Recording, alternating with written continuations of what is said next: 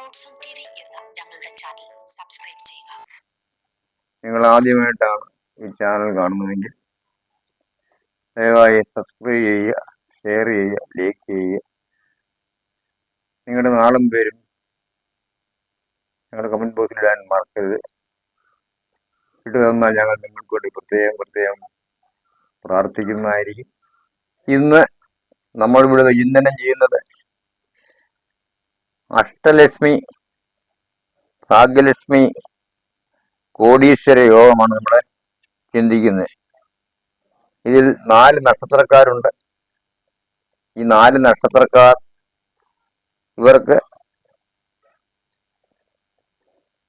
സാമ്പത്തികം, സമൃദ്ധി, സ്ഥിര വരുമാനം, കടമോചനം, സ്ഥാനമാനം, തൊഴിലിൽ പുരോഗതി, പുതിയ അവസരങ്ങൾ. ഈ താഴെ പറഞ്ഞ ഈ 4 നക്ഷത്രക്കാർ കോടീശ്വര യോഗമുള്ളവരാണ്. അവർക്ക് ഭാഗ്യലക്ഷ്മി യോഗം കാണുന്നു. ഈ 4 നക്ഷത്രക്കാർ ഭാഗ്യം ഉള്ളവരാണ്. അവർ ലോട്ടറി എടുത്താൽ തീർച്ചയായിട്ടും നിങ്ങൾക്ക് 1-ാം സമ്മാനം അടിക്കാൻ സാധ്യതയുണ്ട്. അതിൽ 1-ാമത്തെ നക്ഷത്രം ഭരണി നക്ഷത്രമാണ്. അവരുടെ നക്ഷത്ര നമ്പർ അവസാനം 6, 8 ആണ്. 2-ാമത്തെ നക്ഷത്രം തിരുവാതിരയാണ്.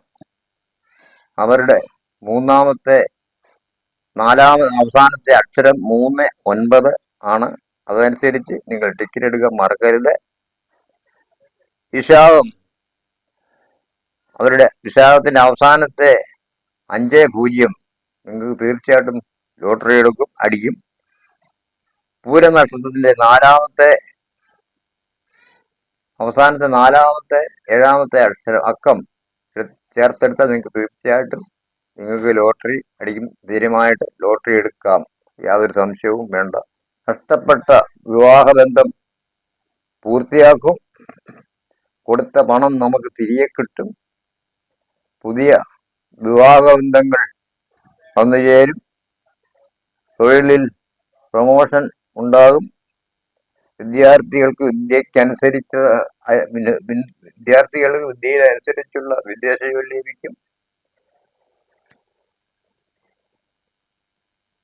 നമുക്ക് ഇഷ്ടപ്പെട്ട അനുസരിച്ചുള്ള സ്ഥലത്തേക്ക് സ്ഥലം മാറ്റം കിട്ടും. ജോലിയിൽ പ്രമോഷൻ കിട്ടും. ജോലിയിൽ ഉയർച്ച കിട്ടും. വിവാഹം, വീട് പണി പൂർത്തിയാക്കും. കടങ്ങൾ മാറിക്കിട്ടും. വീട് മൂടി പിടിപ്പിക്കും. കൂട്ടാളിയുടെ ഉപദേശത്താൽ കുടുംബത്തിൽ സ്വസ്ഥതയും സമാധാനവും ഉണ്ടാവും.